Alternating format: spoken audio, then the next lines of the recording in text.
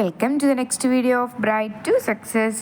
അപ്പോൾ ഇന്നത്തെ വീഡിയോയിൽ നമുക്ക് നോക്കാൻ പോകുന്നത് നമ്മുടെ +1 പഠിക്കുന്ന കുട്ടികൾക്ക് വേണ്ടിയിട്ടുള്ള വീഡിയോ ആണ്. ഓക്കെ, അപ്പോൾ നമ്മളെല്ലാം ഇനി എക്സാമിനായിട്ട് പ്രിപ്പയർ ചെയ്യാൻ പോവുകയാണ്. നമ്മുടെ ക്രിസ്മസ് എക്സാം വരുന്നുണ്ട്, നമ്മുടെ ഫൈനൽ എക്സാം വരുന്നുണ്ട്. ഇതൊക്കെ നമുക്ക് പെട്ടെന്ന് ടൈം പോകുമല്ലേ. ക്രിസ്മസ് എക്സാം കഴിഞ്ഞ ഉടനെ വെക്കേഷൻ ആ ഒരു ടൈമൊക്കെ പെട്ടെന്ന് പോകുന്നതാണ്. അപ്പോൾ നിങ്ങൾ ചെയ്യേണ്ടത് പഠിക്കുക. ഓക്കെ, ഈ ഒരു 2 ഇയേഴ്സ് +1 +2 എന്ന് പറയുന്ന ഈ ഒരു 2 ഇയേഴ്സ് നമ്മൾ പഠിച്ചാൽ മാത്രമേ നമുക്ക് മാർക്ക് മാക്സിമം സ്കോർ ചെയ്യാനായിട്ട് പറ്റത്തുള്ളൂ. നിങ്ങൾക്ക് അറിയാമെന്ന് വിശ്വസിക്കുന്നു. +1ൻ്റെയും +2ൻ്റെയും മാർക്ക് കൂടി ചേർത്തിട്ടാണ് നമ്മുടെ +2ൻ്റെ ഫൈനൽ റിസൾട്ട്. ടോട്ടൽ 1200 മാർക്കിന് ഇത്ര മാർക്കാണ് എന്നുള്ളത് ടോട്ടൽ ഫൈനൽ റിസൾട്ട് വരുന്നത്. അപ്പോൾ മാക്സിമം പഠിക്കാൻ നോക്കുക. എങ്ങനെ പഠിക്കാം, അതാണ് പഠിക്കാൻ നോക്കുക എന്ന് പറഞ്ഞാൽ നമുക്ക് എന്ത് ചെയ്യാം, പലപ്പോഴും പഠിക്കണമെന്ന് ആഗ്രഹം ഉണ്ടായിരിക്കും, അല്ലെങ്കിൽ പഠിച്ച് നല്ല മാർക്ക് വാങ്ങണം തന്നെയായിരിക്കും നമ്മുടെ ബട്ട് പലപ്പോഴും നമുക്ക് പഠിക്കാൻ പറ്റാറില്ലല്ലേ. പഠിക്കുമ്പോഴത്തേക്കും ഒന്നും മൈൻഡ് ഡീവിയേറ്റ്, അല്ലെങ്കിൽ പഠിക്കണമെന്ന് തോന്നില്ല, ഭയങ്കരമായിട്ട് എല്ലാത്തിനും ഡീവിയേഷൻ വരും. അപ്പം നിങ്ങൾ ചെയ്യേണ്ട കാര്യം, നിങ്ങൾ ആദ്യം ഓരോ സബ്ജക്റ്റിനും അല്ലെങ്കിൽ ഓരോ ചാപ്റ്റേഴ്സിനും എത്രത്തോളം വെയിറ്റേജ് കൊടുക്കണം, അതിൽ ഓരോ പോർഷനും ഞാൻ എത്രത്തോളമാണ് പഠിക്കേണ്ടത് എന്നുള്ളത് മനസ്സിലാക്കുക. എന്നിട്ട് വേണം നിങ്ങൾ പഠിക്കാനിരിക്കാനായിട്ട്. ഓക്കെ, എക്കണോമിക്സും ബിസിനസ് സ്റ്റഡീസും ആണ് ഏകദേശം തിയറി പോർഷൻസ് കൂടുതലുള്ളത്. അവിടെയാണ് നിങ്ങൾക്ക് പലപ്പോഴും ഭയങ്കര ടഫായിട്ട് ഫീൽ ചെയ്യുന്നത്. ഞാൻ പല കുട്ടികളും പറഞ്ഞു കേട്ടിട്ടുണ്ട്. എൻ്റെ ഒരു കോൺസെപ്റ്റിൽ അക്കൗണ്ടൻസി ആണ് ടഫ് സംഭവം. നമ്മൾ അക്കൗണ്ടൻസി എന്ന് പറഞ്ഞ സംഭവമേ നമ്മൾ ഈ ഒരു ഫസ്റ്റ് ഇയറിലാണ് പഠിക്കുന്നത്.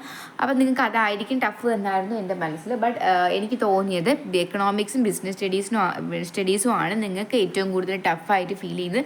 പഠിക്കാൻ ബുദ്ധിമുട്ട്, മാർക്ക് സ്കോർ ചെയ്യാൻ പറ്റത്തില്ല നിങ്ങൾ കരുതുന്നത് ആ 2 സബ്ജക്ട്സ് ആണല്ലേ. അപ്പോൾ ആ 2 സബ്ജക്ട്സ് എങ്ങനെ അടിപൊളിയായിട്ട് പഠിച്ച് നമുക്ക് നല്ല മാർക്ക് സ്കോർ ചെയ്യാനുള്ള സ്ട്രാറ്റജി +1കാർക്കും +2കാർക്കും വേണ്ടിയിട്ടുള്ള വീഡിയോസ് വരുന്നുണ്ട്. ഓക്കെ, അപ്പോൾ അത് കാണുക. അപ്പോൾ ഇപ്പോൾ നമുക്ക് ഈ ഒരു വീഡിയോയിൽ വെയിറ്റേജ് നോക്കുക. എല്ലാ ചാപ്റ്റേഴ്സിൻ്റെയും വെയിറ്റേജ്, എല്ലാ സബ്ജക്ട്സിൻ്റെയും ഓരോ ചാപ്റ്റേഴ്സിൻ്റെയും വെയിറ്റേജ് നമുക്ക് നോക്കാം. ഫസ്റ്റ് മൊഡ്യൂൾ വരുന്നത് ഗ്ലിംസോസ് ഓഫ് ഗ്രേറ്റ്നെസ് എന്ന് പറയുന്ന മൊഡ്യൂളാണ്. ആ മൊഡ്യൂളിന് മാത്രം നമുക്ക് 18 മാർക്കിൻ്റെ വെയിറ്റേജ് ആണ് വരുന്നത്. ഈ വെയിറ്റേജ് സെയിം അല്ല, നമുക്ക് എക്സാമിന് വരുമ്പോഴത്തേക്കും ഇതിൽ ചെറിയ വേരിയേഷൻസ് ഒക്കെ വരാറുണ്ട്. അപ്പോൾ ഇതൊരു അപ്രോക്സിമേറ്റ് വെയിറ്റേജ് ആണ്. അപ്പോൾ ഗ്ലിംസോസ് ഓഫ് ഗ്രേറ്റ്നെസ് എന്ന് പറയുന്നത് ഇതിൽ വരുന്നതാണ് ഐ വിൽ ഫ്ലൈ, പിന്നെ വരുന്നത് ഹിസ് ഫസ്റ്റ് ഫ്ലൈറ്റ്, പിന്നെ ഒരു സ്പീച്ച് വരുന്നുണ്ട്, പിന്നെ വരുന്ന ഇഫ് എന്ന് പറയുന്ന ഒരു പോയമാണ്. ഇത്രയാണ് ഫസ്റ്റ് മൊഡ്യൂളിൽ വരുന്നത്. അപ്പോൾ ഇതിനെല്ലാം കൂടിയാണ് 18 മാർക്കിന്റെ വെയിറ്റേജ് വരുന്നത്. ദെൻ നെക്സ്റ്റ് വരുന്നത് സെക്കൻഡ് വേർഡ്സ് ആൻഡ് ഡീഡ്സ് എന്ന് പറയുന്ന ആ ഒരു പോർഷനിലാണ്, ആ ഒരു മൊഡ്യൂളിലാണ് നമുക്ക് ഏറ്റവും കൂടുതൽ വെയിറ്റേജ് വരുന്നത്. 22 മാർക്സിന്റെ വെയിറ്റേജ് ആ ഒരു മൊഡ്യൂളിന് വരുന്നുണ്ട്. ആ ഒരു മൊഡ്യൂൾ വരുന്ന ചാപ്റ്റേഴ്സ് ഏതൊക്കെയാണ്?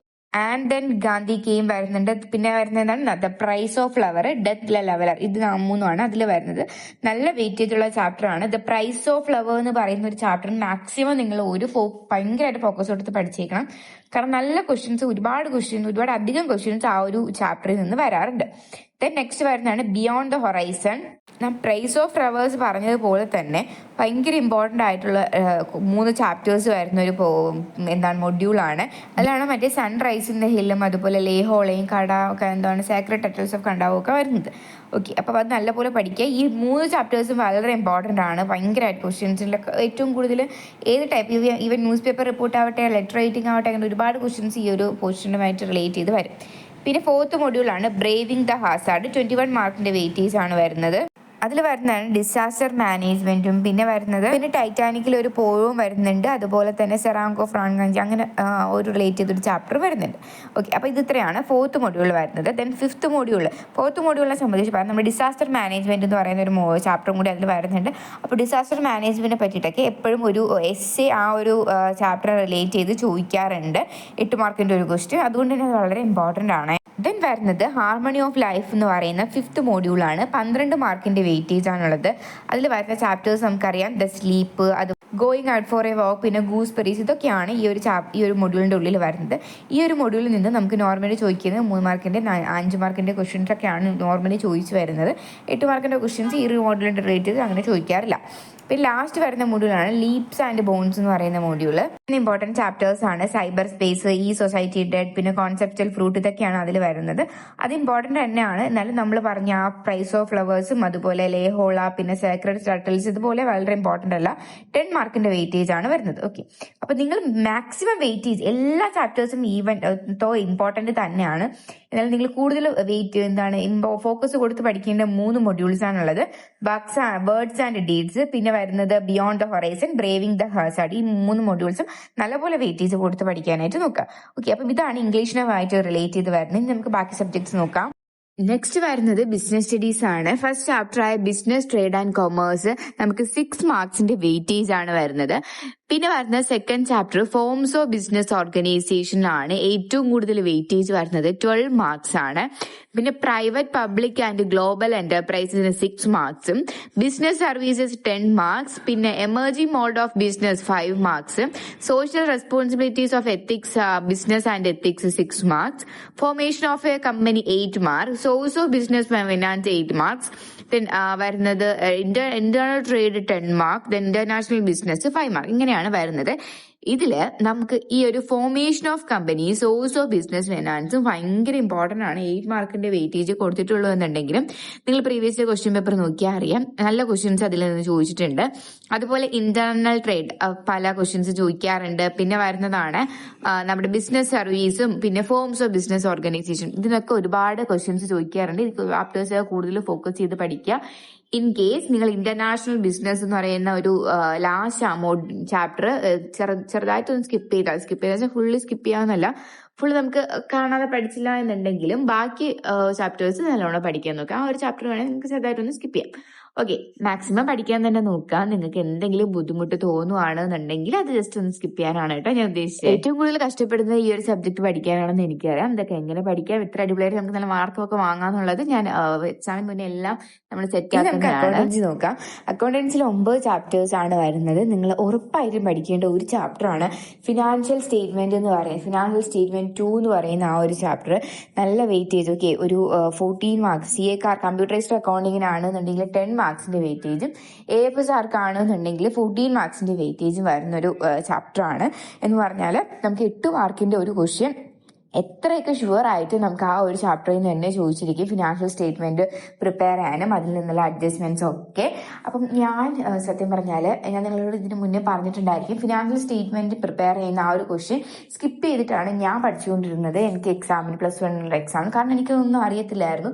പിന്നീടാണ് അത് എങ്ങനെ പഠിക്കാന്നുള്ള ട്രിക്കൊക്കെ ഞാൻ മനസ്സിലാക്കി തുടങ്ങി. അപ്പൊ അതിന്റെ വീഡിയോസ് ഒക്കെ അപ്ലോഡ് ചെയ്യുന്നതായിരിക്കും. നിങ്ങൾ ഉറപ്പായിട്ട് സ്കിപ്പ് ചെയ്യാണ്ട് പോവാം. കാരണം നിങ്ങൾ ഹയർ സ്റ്റഡീസിലേക്ക് പോകുമ്പോഴത്തേക്കും ഇത് അറിഞ്ഞൂടാന്നുണ്ടെങ്കിൽ നിങ്ങൾ ഒരുപാട് കഷ്ടപ്പെടും, ഒരുപാട് ടൈം എടുക്കും.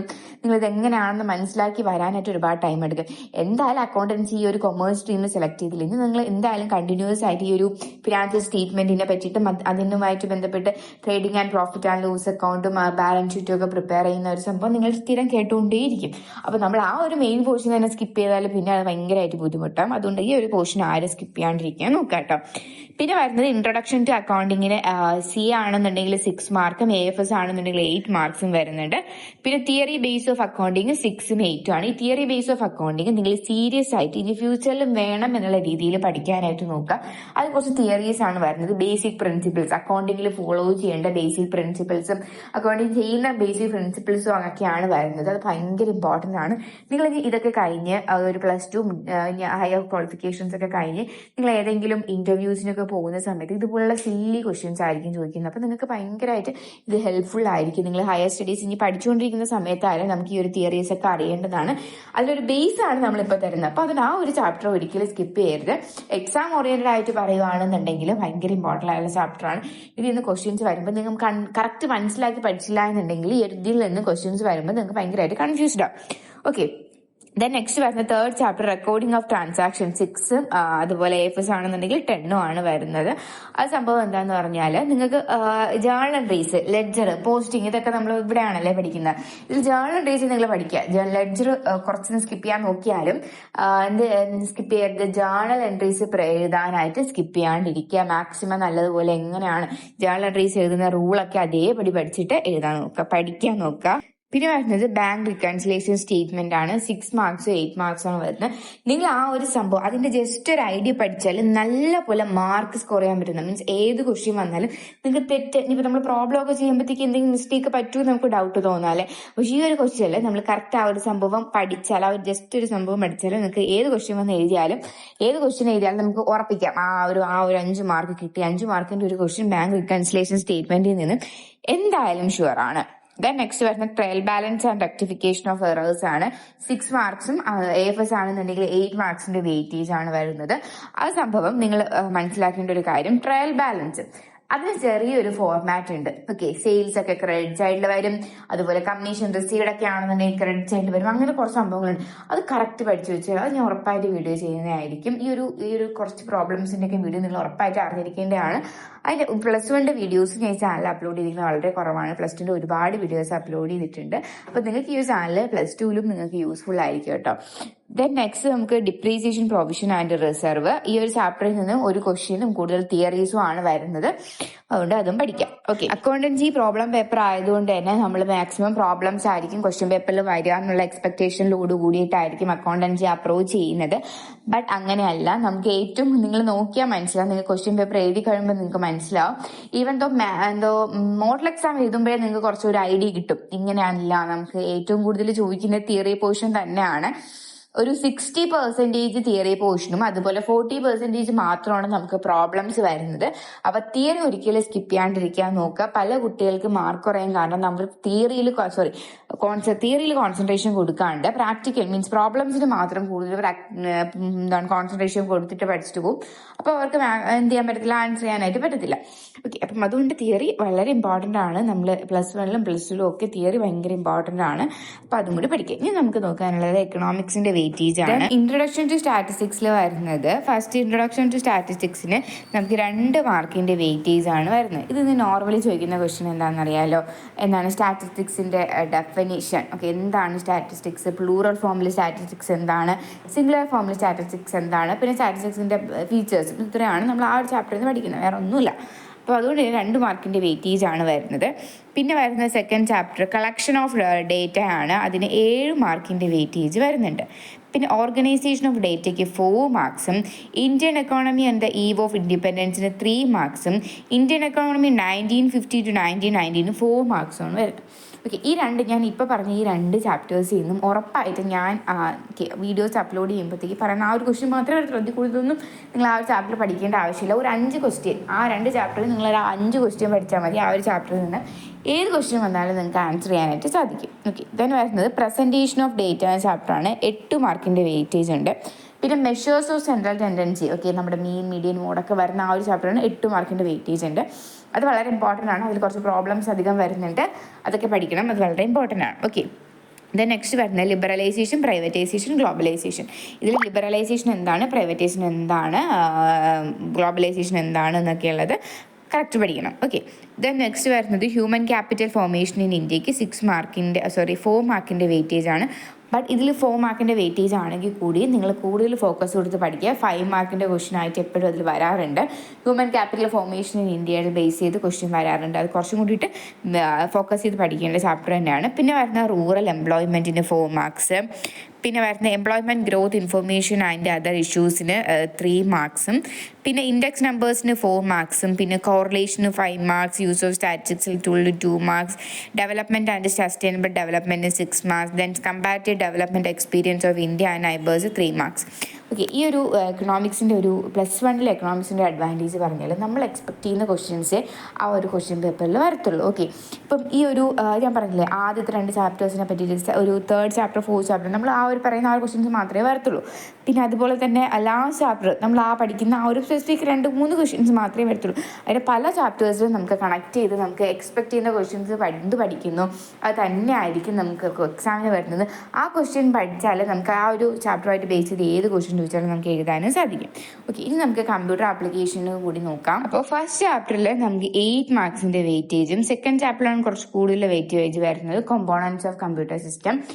പിന്നെ വരുന്നതാണ് principles of programming and problem solving, data types and operators എന്ന് പറയുന്ന ആ ഒരു 4th ചാപ്റ്റർ വളരെ ഇമ്പോർട്ടൻ്റ് ആണ്. അതിൽ ഓരോ ഡേറ്റ ടൈപ്സും ബാക്കി കാര്യങ്ങളൊക്കെ പഠിക്കേണ്ടത് ഭയങ്കര ഇമ്പോർട്ടൻ്റ് ആണ്. അത് നല്ലോണം പഠിക്കുക. ബാക്കി ചാപ്റ്റേഴ്സിൻ്റെയൊക്കെ വെയിറ്റേജ് നിങ്ങൾ വായിക്കുമ്പോൾ തന്നെ മനസ്സിലാവും. ഇത് വളരെ ഇമ്പോർട്ടൻ്റ് ആണ്. നിങ്ങൾ എല്ലാ ചാപ്റ്റേഴ്സിനും ഫസ്റ്റ് ചാപ്റ്ററിന്റെ ക്ലാസ് ഓൾറെഡി അപ്ലോഡ് ചെയ്തിട്ടുണ്ട്. ബാക്കി ചാപ്റ്റേഴ്സിന്റെ ക്ലാസ് ഒന്ന് കറക്റ്റ് കോൺസെൻട്രേറ്റ് ചെയ്ത് കേട്ടാൽ തന്നെ നിങ്ങൾക്ക് ഏത് ക്വസ്റ്റ്യൻ വന്നാലും അറ്റൻഡ് ചെയ്യാനും എഴുതാനൊക്കെ പറ്റും. ഓക്കെ, അപ്പൊ ഇത് ഇത്രയൊക്കെയാണ് നമ്മുടെ വെയിറ്റേജുമായിട്ട് വരുന്നത്. അപ്പൊ എന്തെങ്കിലും ഡൗട്ട് ഉണ്ടെന്നുണ്ടെങ്കിൽ കമന്റ് ബോക്സിൽ അറിയിക്കാം. നിങ്ങൾക്ക് എന്തെങ്കിലും വീഡിയോസിന് സജഷൻസോ വേറെ ഏതെങ്കിലും വീഡിയോസ് ഒക്കെ ചെയ്യണം എന്നുണ്ടെങ്കിലും കമന്റ് ബോക്സിൽ അറിയിക്കാം കേട്ടോ. അപ്പൊ എല്ലാ ചാപ്റ്റർ ബേസ് ബിസിനസ് സ്റ്റഡീസും ഒക്കെ അപ്ലോഡ് ചെയ്ത് വരുന്നുണ്ട്. ബിസിനസ് സ്റ്റഡീസും അതുപോലെ കമ്പ്യൂട്ടർ ആപ്ലിക്കേഷനും ഒക്കെ അപ്ലോഡ് ചെയ്യുന്നതായിരിക്കും. +2 വീഡിയോസ് ഞാൻ കൂടുതൽ അപ്ലോഡ് ചെയ്തിട്ടുണ്ട്. നിങ്ങൾക്ക് ഇത് +2 ഫുൾ ആയിരിക്കും ഈ ചാനൽ. അപ്പൊ വീഡിയോസ് ക്ലാസ്സസ് ഒക്കെ ഇഷ്ടമാവുകയാണെന്നുണ്ടെങ്കിൽ ഫ്രണ്ട്സിനും കൂടിയിട്ട് ഷെയർ ചെയ്ത് കൊടുക്കുക. അവരും കൂടെ പഠിക്കണമല്ലോ. അപ്പൊ പ്രീവിയസ് ക്വസ്റ്റ്യൻ പേപ്പർ ഒക്കെ ആയിട്ട് ഉടനെ വരുന്നതാണ്, ബാക്കി ക്ലാസ്സസ് ഒക്കെ ആയിട്ട്. അപ്പം വീഡിയോ ഹെൽപ്ഫുൾ ആണോ എന്നുള്ളതും കൂടി കമന്റ് ബോക്സിൽ അറിയിക്കാം കേട്ടോ. ടാറ്റാ.